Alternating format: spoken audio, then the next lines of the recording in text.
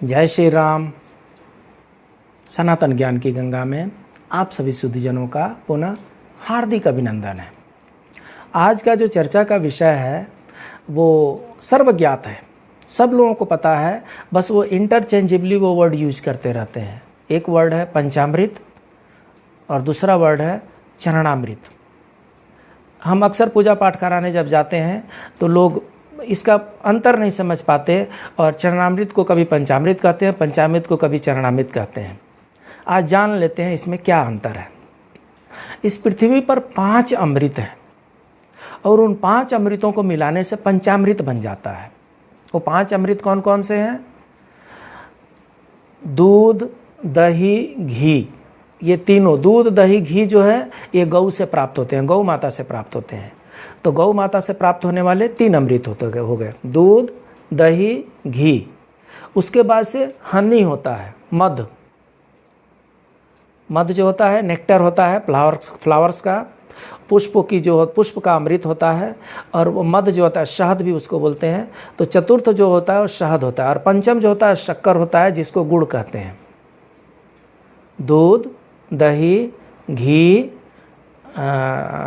हनी, मध बोलते हैं जिसको, और शक्कर। ये 5 वस्तुएं जो हैं इस पृथ्वी लोक के अमृत कहे जाते हैं। इन्हीं से शरीर हिष्ट पुष्ट होता है, इन्हीं को खा पी करके व्यक्ति बलवान बनता है।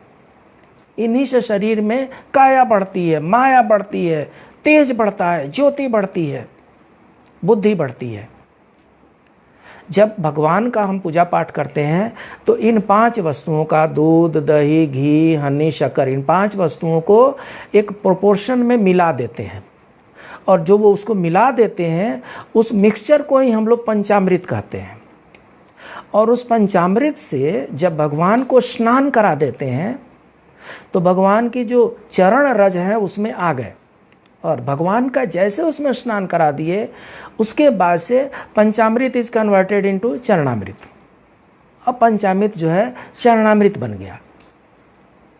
पहले सिर्फ वो पंच अमृत थे, और जब भगवान का स्नान करा दिए तो पंच अमृत के साथ साथ उसमें भगवान का आशीर्वाद आ गया, और इसीलिए उसको चरणामृत कहते हैं। हमें उम्मीद है कि आज के बाद से आपको चरणामृत और पंचामृत शब्दों में अंतर समझ में आएगा, और आप एक दूसरे के को बदल बदल के नहीं यूज करेंगे। जब तक भगवान को नहीं चढ़ाया गया तब तक वो पंचामृत है, और जब भगवान को चढ़ा दिया गया, भगवान को स्नान करा दिया गया, तो वो चरणामृत हो गया। और पूजा के बाद हम लोग चरणामृत ग्रहण करते हैं। कल फिर मिलते हैं एक नए टॉपिक के साथ। तब तक के लिए जय श्री राम।